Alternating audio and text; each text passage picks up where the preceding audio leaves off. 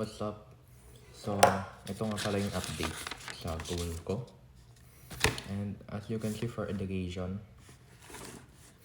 pinili ko civil engineering as my future course. So, what am I doing right now is that dun sa schedule ko, naglagay ko ng oras para matutunan ko about civil entrance exam para makuha ko. And then, dito naman about sa may finance na tayo. Nung nakarang araw, pinag-aaralan natin about sa learning about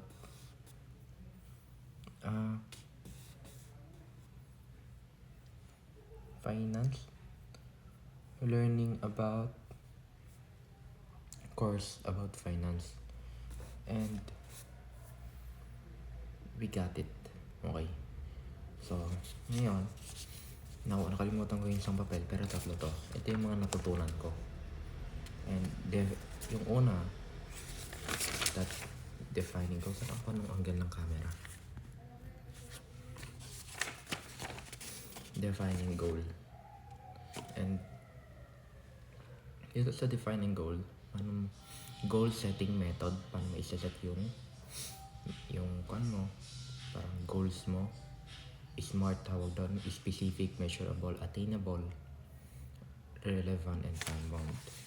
Tapos doon sa course na yon, may yung isa kong natutunan, wealth creation mindset. It's not about finance, it's about creating wealth.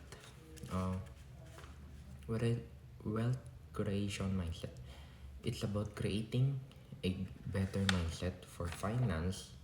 Siyempre, how you view money, how you will earn money, and type of wealth. There's 4 type of wealth.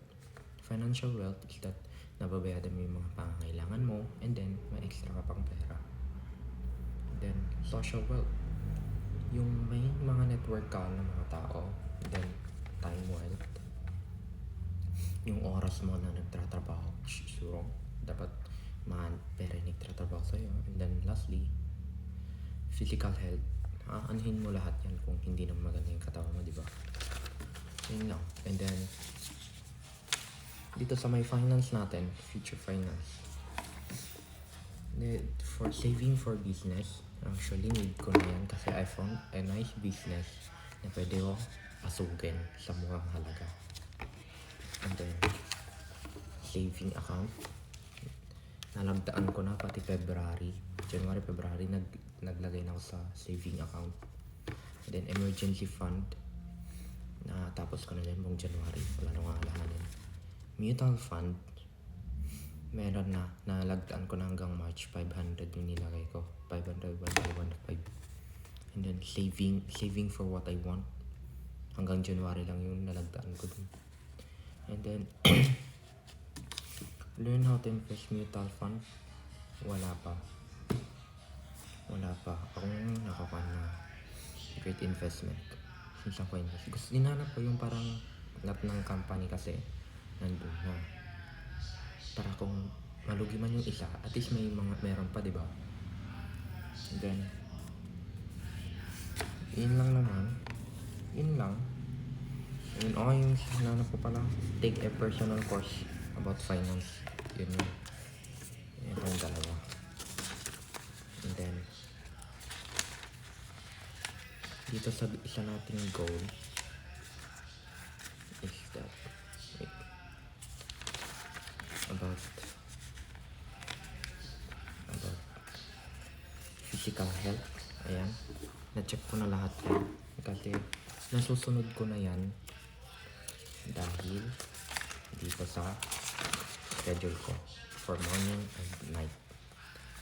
May exercise na dito, may stretching na, drinking 1 liter of water, eating fruit, getting dressed well, tapos may dinner, ganun. Basta meron na lahat. So, tuloy na tayo. Tapos may mental health and personal growth. Nag-journal tayo, meron na yan. Yun lang. That's all. Yun lang po.